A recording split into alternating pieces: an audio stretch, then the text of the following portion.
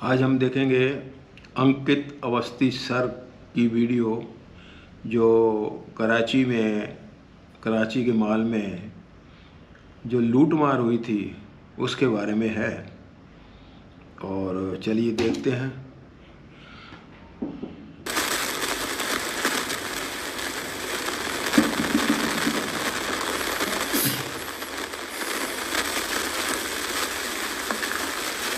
नमस्कार साथियों, स्वागत है आप सभी का अंकित इंस्पायर्स इंडिया पर। मैं हूं अंकित अवस्थी।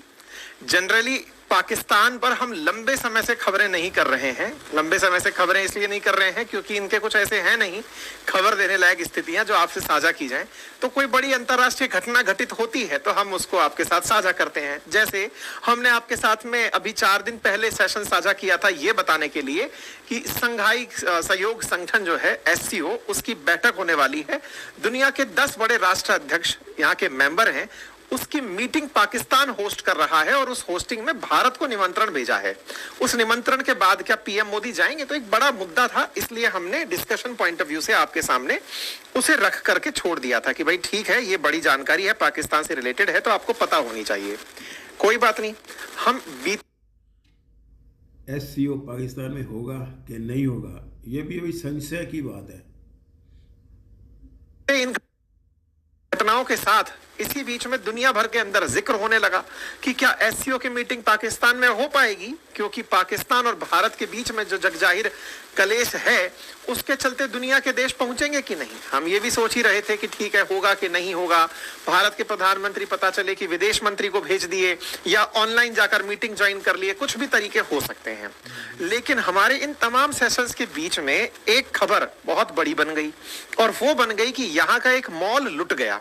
अच्छा, ये भीड़ का करा हुआ करामात था, इसको हम लोग कवर करने से बच रहे थे। लेकिन इस बीच में आप में से बहुत सारे हमारे साथियों ने हमें लगातार हमारे सेशंस के नीचे कमेंट कर करके कि सर वो जो पाकिस्तान में मॉल वाली घटना हुई है उसे कवर करिए। हमें लगा कि यार इसका मतलब ये है कि आप लोग चाहे जो भी हो पाकिस्तान को देखते रहना जरूर चाहते हैं। तो इसी उद्देश्य से आज हम आपको ड्रीम बाजार के लुटने की कहानी सुना रहे हैं, लेकिन इसके साथ साथ ये बताएंगे कि पाकिस्तान खुद किस तरह से कर्ज की वर्ज पर है, वो आज के सेशन में है।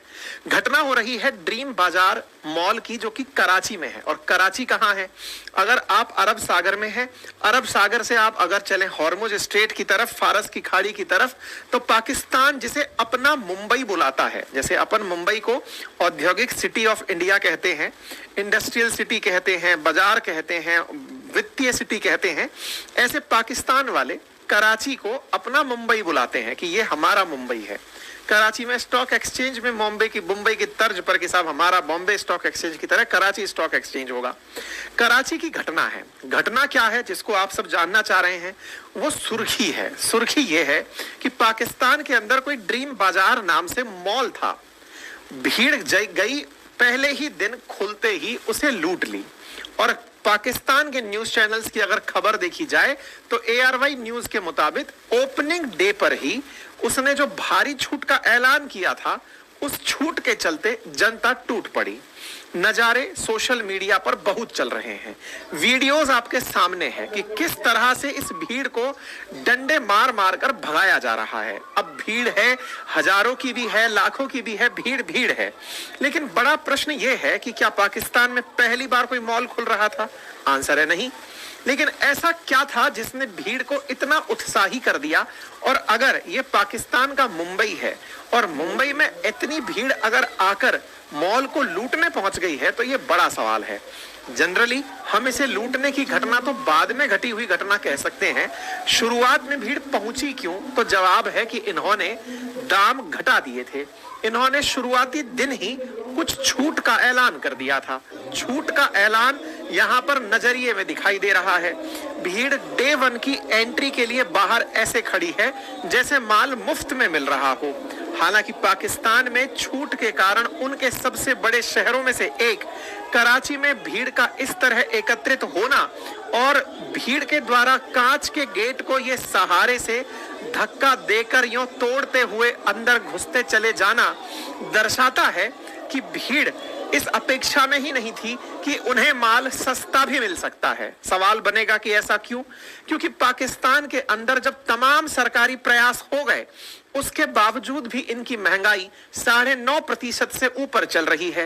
यानी पाकिस्तान के महंगाई का आलम हमने पहले भी कई बार देखा है। ऐसे में अगर कोई ये कह दे कि आपको माल सस्ता मिलने वाला है, तो सस्ते मिलने के बाद नजारे कैसे होंगे, वो इस भीड़ से देखने को मिलते हैं।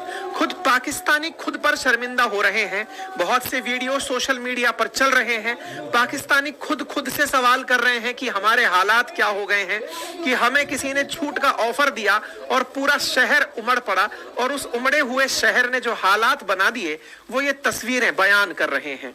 डे 1 में खुला मॉल और उसके बाद ऐसे लग रहा है जैसे भगदड़ में किसी के चप्पल, किसी के कपड़े छूट गए हों। ऐसे हालात देख करके लोग तमाम प्रकार से सोशल मीडिया पर पाकिस्तानियों को तरह तरह से ट्रोल कर रहे हैं। कह रहे हैं कि यहां पर खबर की शुरुआत थी कि कोई विदेशी पाकिस्तानी कारोबारी था, उससे लगा कि वो अपने स्वदेश की तरह से फिल्म का हीरो बनकर अपने देश जाएगा, बढ़िया मॉल खोलेगा, पाकिस्तानियों को वो सस्ता माल उपलब्ध कराएगा जो वो दुनिया में देखता है। लेकिन उसके सपने पहले ही दिन जज्बात बदलने वाले थे। और ऐसी स्थिति में लोग तमाम प्रकार से मीम रिएक्शंस में यही कह रहे हैं कि पाकिस्तान में अगर ऐसा करोगे तो ये तो होना ही था। लोग यहाँ पर तरह तरह की कमेंट्री सोशल मीडिया पर दे रहे हैं।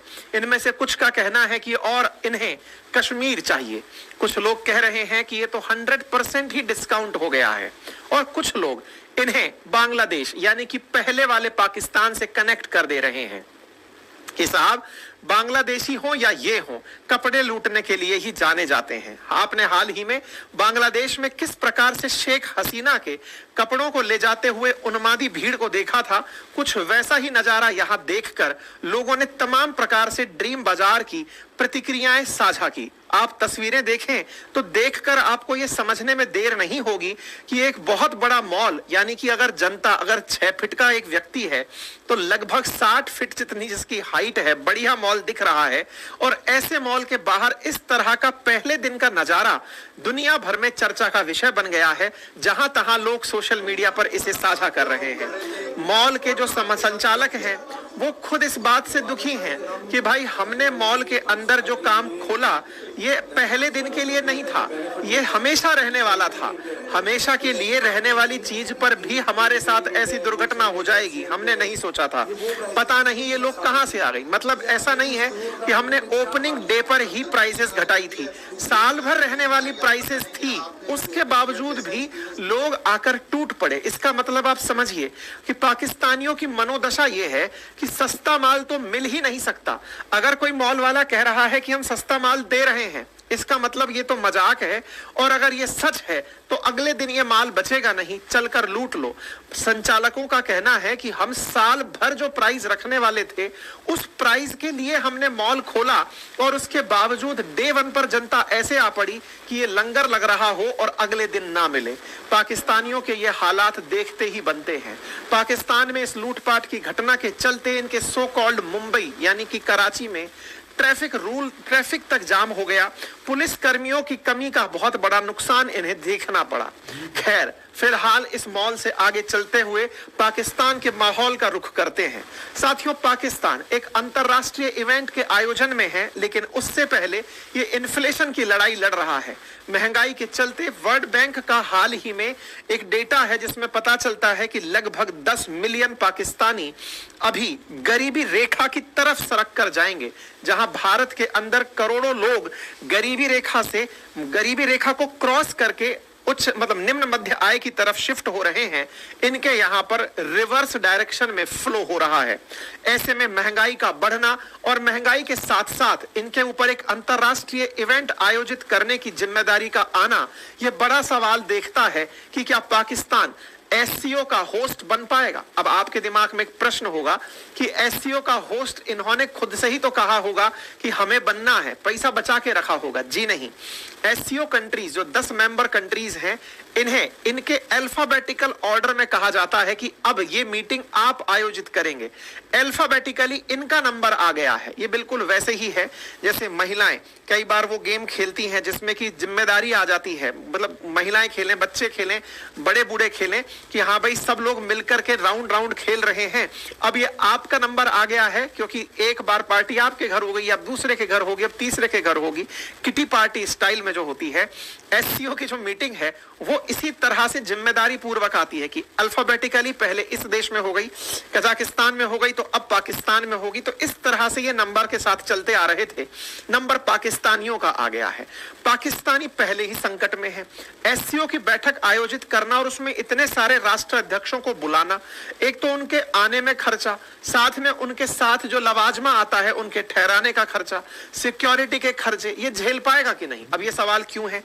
आज ही की हेडलाइन थी, खबर थी अखबार में कि पाकिस्तान में विदेशी निवेश के दरवाजे बंद हो गए हैं अमेरिकी प्रेम के चलते, क्योंकि शहबाज शरीफ इमरान खान को हटाकर प्रधानमंत्री तो बने लेकिन वो अमेरिका के नजदीक चले गए। अमेरिका की खिलाफत में चीन बैठा हुआ है, तो चीन और सऊदी ने इनके 1.5 करोड़, लगभग 1.5 लाख करोड़ के इन्वेस्टमेंट को रोक दिया। अब इनका इन्वेस्टमेंट आ नहीं रहा है, बिना पैसे की ये मीटिंग करेगा कैसे? ऐसे में सुर्खियों को तारीख दर तारीख देखें तो आज से मुश्किल से 7 दिन पहले की खबर है कि पाकिस्तान की गवर्नमेंट को जो लोन चुकाने के लिए इस महीने जुलाई में पैसा चाहिए था वो इनके पास था ही नहीं।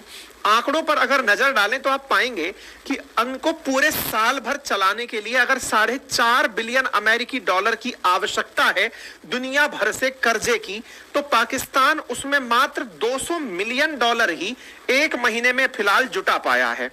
मतलब इन्हें जितना कर्जा भी चाहिए उसका भी ये ऊंट के मुंह में जीरा भर का कर्जा इकट्ठा कर पाए हैं। वर्ष 2022-23 की बात करें तो इन्होंने अपना बजट रखा था कि हम 22.8 बिलियन विदेशी मुद्रा भंडार की रिक्वायरमेंट में रहेंगे, लेकिन इन्हें दुनिया से 10.8 बिलियन यूएस डॉलर ही कर्जा मिला। परिणाम क्या निकला? जितना कर्जा चाहिए था उतना कर्जा भी नहीं मिला। परिणाम चला कि इनका फॉरेक्स खाली हुआ। इसके चलते इनके सरकारी कामकाज के लिए भी पैसा नहीं बचा। हालात ये हैं कि सरकार ने सरकारी खर्च पर नियंत्रण करने का फैसला कर लिया है।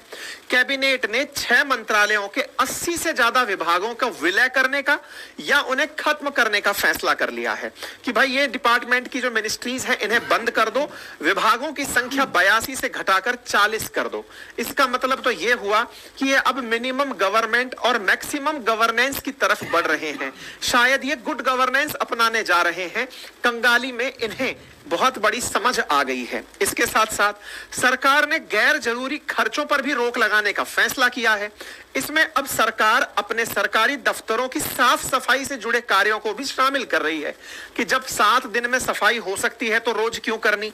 इसी के साथ साथ मतलब साफ ये है कि अब सरकारी दफ्तरों के अंदर ना तो सफाई कर्मचारी बचेंगे और दफ्तर ही नहीं बचेंगे तो काम के लिए जिम्मेदारी की आवश्यकता नहीं होगी, तो पैसे की भी कमी का मतलब टोटा मैनेज हो जाएगा। सरकारी भर्तियों पर भी रोक लगाने की खबर आई है। जो केंद्रीय भर्तियां हैं उसमें 1.5 लाख पदों के लिए भर्तियों को खत्म करने का फैसला लिया गया है कि भाई अब नियुक्ति नहीं देंगे क्योंकि हमारे पास में फिलहाल पैसा देने के लिए नहीं है। बड़ा सवाल यह है, लेकिन ये तो डींगे बड़ी बड़ी हाँकते हैं। जब भी कोई बात हो तो तुरंत दुनिया की मदद करने निकल पड़ते हैं। असल में है कौन गुनहगार जो इनका सारा पैसा खा जा रहा है? तो देखिए पाकिस्तान की आवाम का जो हाल है उसके पीछे बहुत बड़ी जिम्मेदारी पाकिस्तान की सेना की है। जनता जानती है फिर भी कुछ कर नहीं सकती है। पाकिस्तान की सेना के जो हालात हैं वो सबके सामने विदित हैं।